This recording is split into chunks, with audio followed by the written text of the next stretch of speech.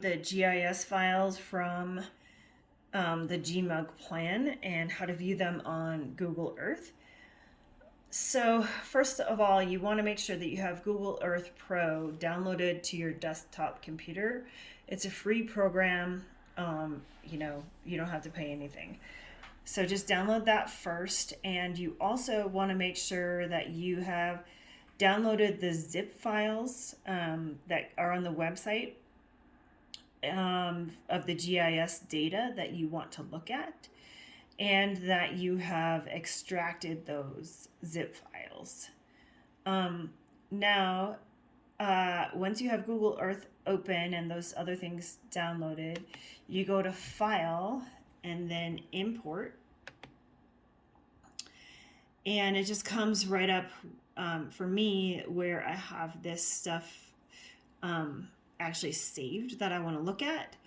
And it's not showing any files here because I don't have the right file type. So I want to select the .shp, which are the shape files. And then I'm going to pick the gmug ROS winter data for alternative A, which is essentially our existing winter travel management plan.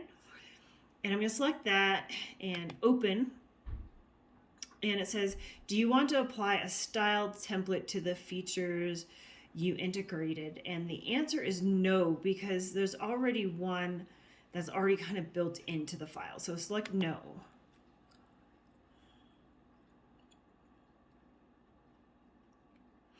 And it zooms in on the area for those files, but you don't really see much different until you go over to the far left. And if you select that, you start to see a bunch of colors appear on the map. And then if you double click on that same thing on the left again, more stuff shows up. And then if you double click it yet again, all the different shape files show up.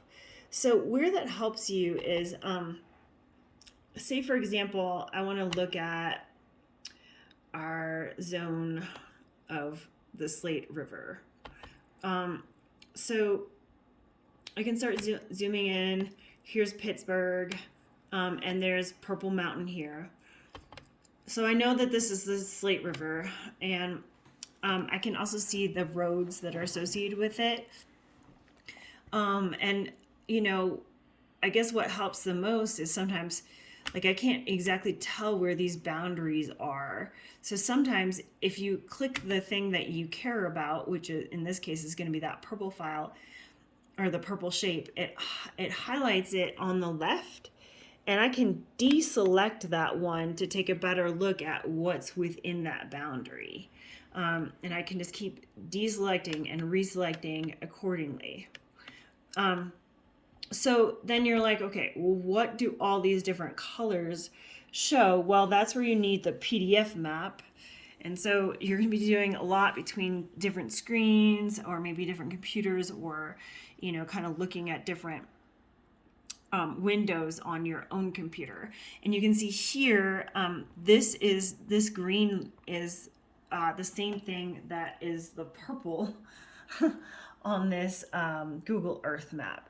So, there's there's color codes on this original PDF file, and they correspond. If I were to zoom out on the far right side, there's color codes that tell me what each of those colors mean. And Frank's doing that right now. And so that green means that it's open to OSV, and then the slanted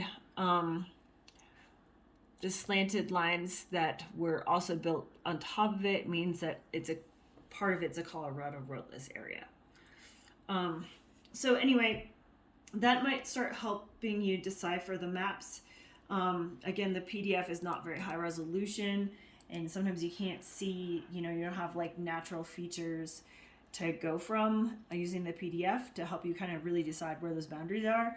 But I think that's why uploading it to Google Earth is going to help us kind of like tell the difference and see what we're actually really looking at. So dig away.